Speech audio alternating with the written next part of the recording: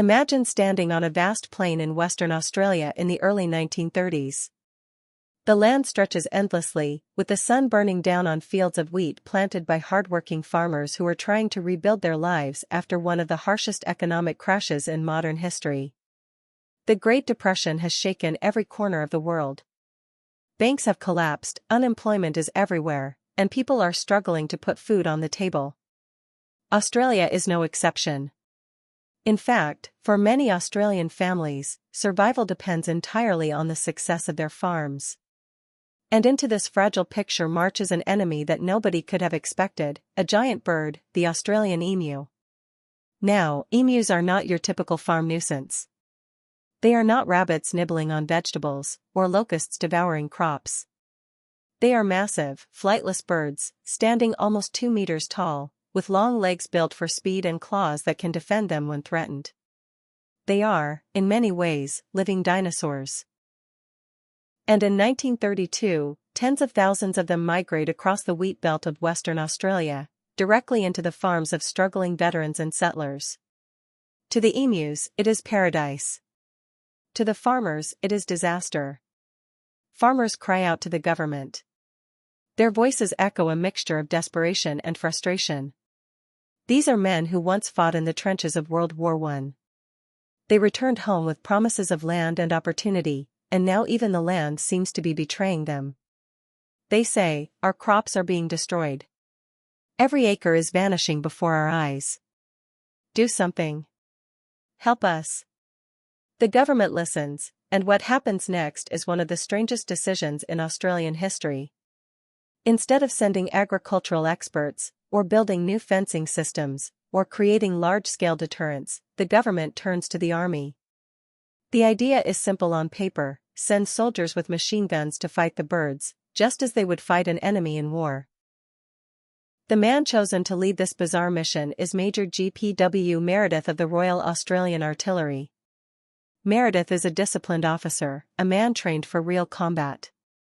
He has soldiers under his command, 2 Lewis machine guns, and 10,000 rounds of ammunition. He is ready to serve his country. But this time, his enemy is not human. It is a bird. In November 1932, the operation begins. Soldiers set up near fields where farmers report the highest numbers of emus. The plan is to ambush a large flock and mow them down quickly, breaking their numbers and sending the rest scattering. The first opportunity comes when about 1,000 emus gather near a dam. Soldiers carefully position the machine guns. Fingers tighten on the triggers. At last, the order is given: open fire. The guns roar, echoing across the plain. But almost immediately, it becomes clear that something is wrong. The emus don't behave like normal targets. Instead of panicking into one mass, they split into small groups and dart in different directions. Some sprint left, others dash right. With their incredible speed, nearly 50 kilometers an hour, they vanish into the scrub before the soldiers can reload or adjust their aim. After all that effort, only a handful of birds fall. The rest escape unharmed. Days later, another attempt is made. This time, soldiers mount a machine gun on a truck, hoping mobility will help. The truck bounces across the rough terrain, chasing a group of birds. But the ground is uneven, the ride is too shaky, and the gunner can't aim properly. Meanwhile, the emus easily outrun the vehicle, their long legs carrying them across obstacles the truck struggles to pass. Once again, the mission ends in failure. Word of these disastrous hunts begins to spread. Farmers are not amused, but the press finds the story irresistible. Newspapers publish sarcastic reports, calling it the Great Emu War. Cartoonists draw emus dressed as soldiers, mocking the government and the military. The idea that one of the world's modern armies could not defeat a bird becomes both a joke and a symbol. Major Meredith, however, is not laughing. He is a professional soldier, and he is watching his men struggle against creatures that refuse to stand still. He writes in his reports that the birds are remarkably resilient. Emus can take several bullets and keep running. Their feathers and thick muscles protect them from small-caliber rounds. Even when they are hit, many escape into the bush before they can be collected. Within the first week, fewer than 300 emus are confirmed killed, despite thousands of rounds fired. That is less than a fraction of a percent of the total population invading the farms. By comparison, the emus are destroying tons of wheat, worth far more than the cost of the military campaign. The soldiers continue for several more weeks, adjusting tactics, but the results remain disappointing. Each time they set up an ambush, the birds scatter before significant damage can be done. When they attempt to hunt from vehicles, the rough land and the bird speed make accurate shooting nearly impossible. The emus, without strategy or coordination, are simply too fast, too numerous, and too stubborn to be eliminated by brute force. Finally, after about a month, the government admits defeat. The military is withdrawn. The Emu War is officially over, and the emus have won. Yet the story doesn't end there. Farmers still face the same problem: their crops are under siege. Instead of large-scale military operations, the government changes tactics. They provide ammunition to farmers directly and offer bounties for each emu killed.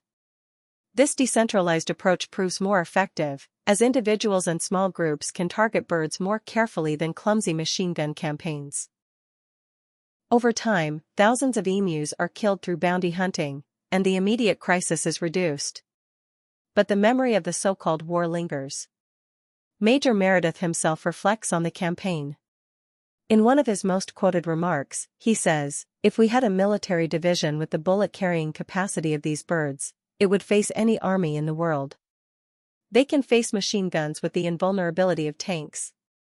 Coming from a man of his background, this is not mockery. It is respect. Today, the Emu War is remembered less as a tragedy and more as an odd, almost comical chapter in history. It has been the subject of documentaries, books, and countless internet memes. Australians themselves often tell the story with a mixture of embarrassment and humor. It reminds people that sometimes nature does not play by human rules.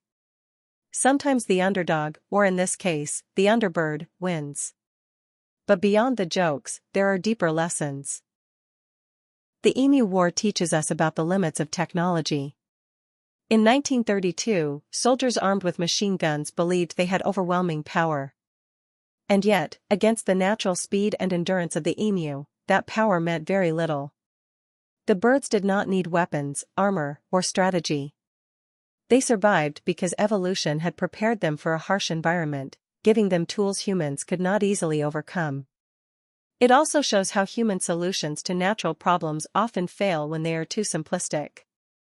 Bringing the army into a farming crisis was a decision born of desperation and poor judgment. A more thoughtful response, building better fencing, researching ecological control methods, or working with the land instead of against it, might have produced better results. Finally, the story reflects the resilience of both the farmers and the wildlife. Farmers continued to fight for survival, adapting to new methods and finding ways to protect their crops. The emus, for their part, continued to thrive, proving that life in the Australian outback is as tough and unpredictable as anywhere on Earth. So, the next time you see an emu, whether in a zoo, a wildlife park, or roaming the Australian countryside, remember this: its ancestors once faced the Australian army and came out victorious. The Emu War is not just a funny anecdote. It is a true story about the clash between humans and nature, and about the surprising ways history can unfold. And maybe, just maybe, it is also a reminder to stay humble. Because if a group of birds can defeat machine guns, then perhaps we should never underestimate the power of the natural world.